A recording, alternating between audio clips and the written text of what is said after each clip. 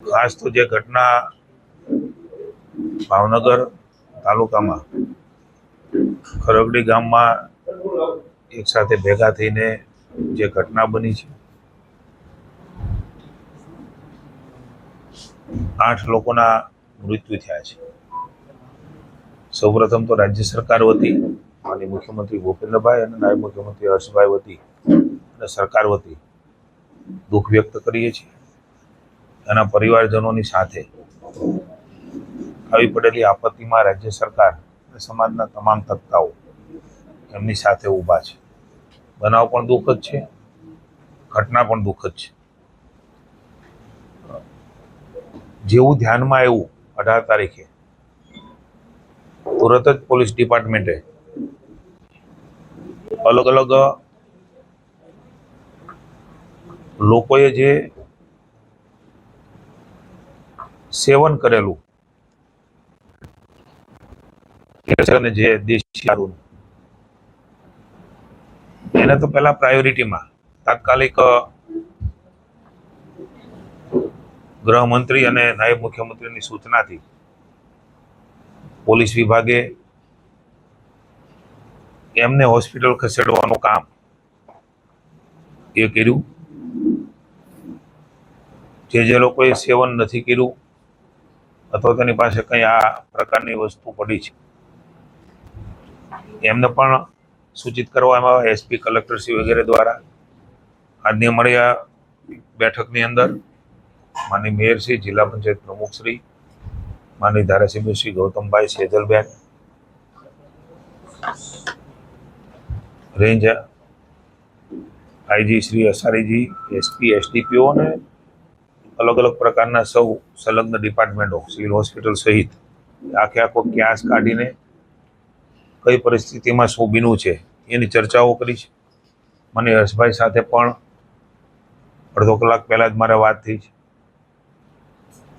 પોલીસે ખૂબ ગંભીરતાથી તરત જ એક્શન લેવાનું શરૂ કર્યું. એના માટે એવું કહી શકાય કે ઘણા લોકોને જાનહાનિ થતી એ અટકી છે.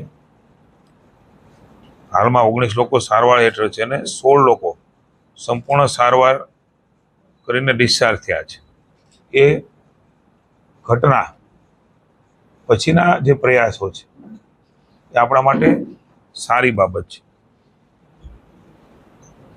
પોલીસ સ્ટેશનમાં ગુના પણ નોંધાણા છે. 21 આરોપીમાંથી 13 આરોપીઓ એની અટક કરી છે અને 10 દિવસ સુધીના રિમાન્ડ મળવા એ પોલીસે કરેલી રિપોર્ટના આધાર ઉપર એ ફલિત થાય છે. મુખ્ય સૂત્રધાર ગૌતમ સોલંકીને રહીશની પણ અટક કરવામાં આવેલ છે અને બીજા 2 પણ ગુના એમની ઉપર થયા છે. રાજ્યની સરકારે મુખ્યમંત્રી ભૂપેન્દ્રભાઈના માર્ગદર્શન અને આદેશથી નાયબ મુખ્યમંત્રીશ્રીએ પણ હર્ષભાઈ ખૂબ ગંભીરતા લીધી. એ જ દિવસે જાણ થઈને એસએમસીને તપાસ આપવાનું કામ પણ રાજ્યની સરકારે કર્યું. એટલે ક્યાંય કોઈ પણ વસ્તુ એ રાજ્યની સરકાર છુપાવવા માંગતી નથી. જે કઈ ઘટના બની છે એ ઘટના પ્રત્યે સંવેદના અને દુઃખ છે. ઉચ્ચ કક્ષાએ સીધી તપાસના આદેશ એ પણ અપાણા છે. એમના અધિકારી સાથે મયુરસિંહ સાથે પણ મારે ચર્ચા થઈ છે. તપાસના વિષયો છે, તપાસ એ આગળ કરી રહ્યા છે.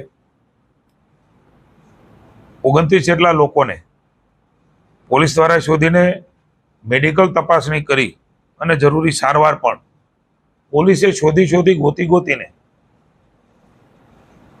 એના પરિવારના સ્વજનને તકલીફ ન પડે એના માટે થઈને હોસ્પિટલાઇઝ પણ એ પોલીસ દ્વારા જ કરવામાં આવ્યા છે. ખૂબ ઝડપથી રાત્રે 12 વાગ્યા સુધીમાં એ એક્શન પણ લીધા, લોકોને શોધી પણ કાઢ્યા.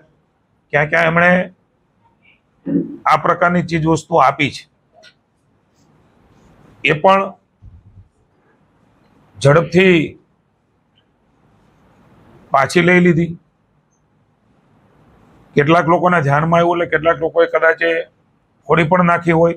એનું સેવન ન પણ કર્યું હોય, પણ કંઈ પણ છોજ રાખ્યા વગર પોલીસે પણ સંવેદના અને માનવતાથી આ કામ કર્યું છે. આપણે સૌના ધ્યાનમાં છે. બનાવ બન્યો પુનઃ એકવાર કહું છું, એવું છે, પોલીસને પણ છે, અમને પણ છે, અને સરકારને પણ છે.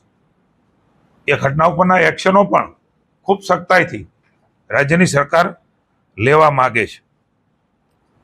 જે કાંઈ લોકોની નિષ્કાળજી ધ્યાનમાં આવી છે, પ્રાઇમરી એ 2 PI ને અને 5 જેટલા પોલીસ કર્મચારીઓ, જેમાં એક ASI પણ આવી જાય છે, એમને સસ્પેન્ડ કરી અને રાજ્ય સરકારે એ સખ્તાઈથી કામ કરવા માંગે છે.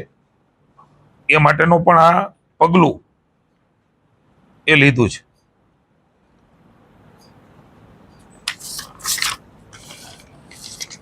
આપણે સૌ જાણીએ છીએ, તમારા માધ્યમ દ્વારા પણ કેટલીક વસ્તુઓ એ ધ્યાનમાં આવ્યું છે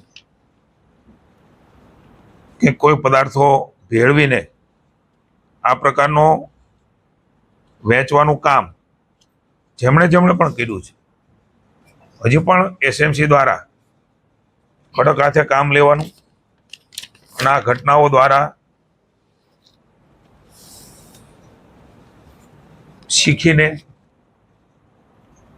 સખ્તાઈથી કોઈ પણ વ્યક્તિ આમાં સામેલ હોય, ચાહે આરોપી હોય, આરોપીને મદદ કરનાર હોય, અલગ અલગ રાજ્યમાં એના તાર હોય, તો એ રાજ્યમાં પણ જઈને સરકારે અને SMCએ કામ કરવા માટેની સરકારે અમને છૂટ આપી છે.